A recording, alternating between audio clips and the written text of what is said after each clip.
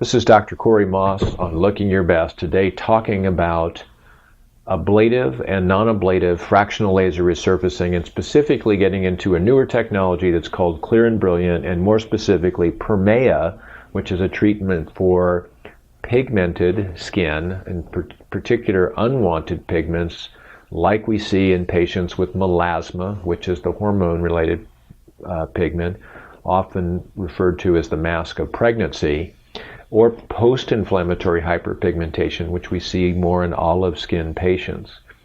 And so those treatments, or these new treatments, are a type of microfractional or non-ablative or minimally ablative fractional resurfacing, so that there's not much wound or skin injury to the surface. And that's a big difference from the old laser, where the entire surface of the skin was damaged, and even a slight improvement in terms of recovery time from fractional laser resurfacing, which ablative.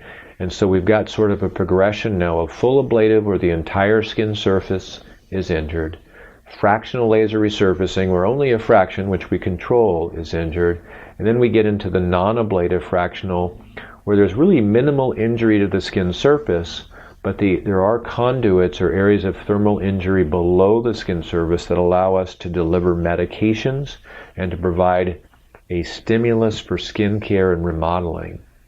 Now, the most common things that people experience after any of these treatments are redness and swelling. Redness and swelling, very, very uncommon in the Clear and Brilliant primary treatment. With Permea, we see that more commonly. There's a little bit of a sunburn effect that lasts for a couple hours, and the skin actually just gets a little darker appearing as the inflammatory process, which is important in how it looks ultimately, is resolving or is being harnessed to improve the skin itself. The skin may feel a little dry. We'll use specific treatments for that with skincare and other products, and that's really the flaking and sort of dryness is gone within a week or so. So I have some progressions I'll show you, but you can see people immediately after the treatment look a little bit like they have a sunburn look to their skin, and then one day post-treatment, that's already resolving pretty dramatically. In this patient, you can see immediately after the treatment, she looks like a little bit of a sunburn. By the first day post-op, that's fading. By day 2, fading further. Her skin's a little darker looking by day 3, but her tone, as she describes it, is brightened, and her makeup's already going on smoother. By day 4, the pores seem and are tighter in appearance, and then we get into the full week, and the skin's fully recovered. Now, the important thing about this is that the skin is still super sensitive, as though we were doing fractional ablative resurfacing. So I think it's very important that we take care of the skin as directed. We're putting very gentle moisturizers on. We're not using the retinoids unless specifically described to do so for the pigment treatments. By week 2 post-treatment, we see a nice improvement, and the patients are basically all back to normal. The significant side effects, which I haven't seen but have been reported in the literature, are related to overtreatment, and we have mechanisms in place to avoid that. But if you were to get a significant infection, again, quite rare, and the ones we're most concerned about are reactivation of the herpes virus, which is basically a cold sore. And you can see little areas of pinpoint bleeding in most cases of this. So that's especially with Permea, but that's obviously very temporary. What we want to do mostly is to keep the skin calm. We don't want to do aggressive rubbing, exfoliating, scrubbing. We'll use a very bland moisturizer. We have them here. We don't want anybody trying things at home that are their skincare products or their idea of how to make the skin better. Invariably, these lead to more inflammation and longer recovery times. Clear and Brilliant, people are back to normal within a couple days. Permea is about a week in most cases, unless somebody's intervening and using things that are irritating the skin. And that's usually trying to make things go more quickly, but in the end, it really slows things down. We also like the use of cooling or icing this, and that also reduces the inflammation. But remember, inflammation is really what is improving the skin, and that's how these machines work, is really by stimulating skin remodeling, using the laser to stimulate skin remodeling and to specifically damage the pigment in the case of Permea, so that it'll work its way to the surface over the ensuing week and be gone. So the laser targets these chromophores or pigments in the skin. So just to go through a few more patient examples, I think everybody understands that Clear and Brilliant is a in and out of the office procedure. However, it is laser skin resurfacing. We're actually purposefully injuring the skin in a controlled way.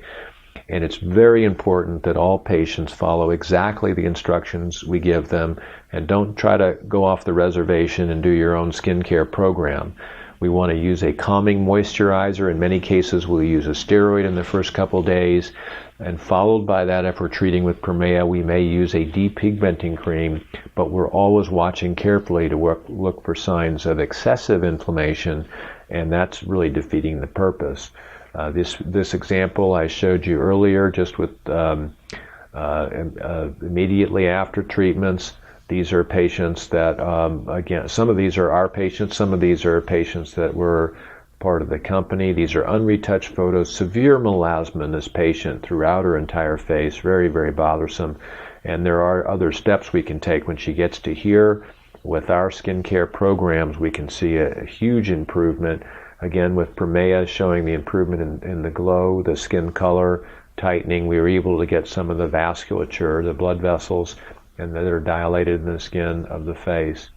So in general, we see very good improvement in skin tone, texture, and quality with minimal downtime, if any. A little bit of a sunburn or redness for the first day, a little bit of flaking for a few days with Clear and Brilliant, up to a week with the Permea, treating the pigment, the melasma, post-inflammatory hyperpigmentation pigment, or just standard lentigines or age spots.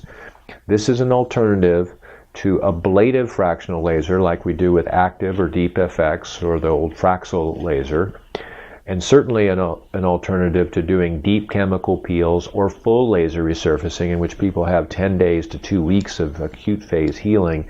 And I think many people are getting away from those treatments now and looking for these smaller interventional types of procedures that end up with really nice results with minimal downtime. Looks like a little bit of a sunburn. And the key again is following our instructions very carefully. Post-care instructions are really to get everybody back to baseline as quickly as we can, while harvesting the benefits that the skin remodeling, wound healing, inflammatory process really intrinsically has. So if you have any questions about pre and post care for either non-ablative fractional or microablative fractional laser resurfacing like Clear and Brilliant or Permea, or ablative fractional laser resurfacing like the active and deep effects, please don't hesitate to write Dr. Maas at drmaas.com. You can call the office or look out for our website at maasclinic.com. Happy to get any questions answered and help you with your progress in making your skin look its very best. This is Dr. Maas on Looking Your Best.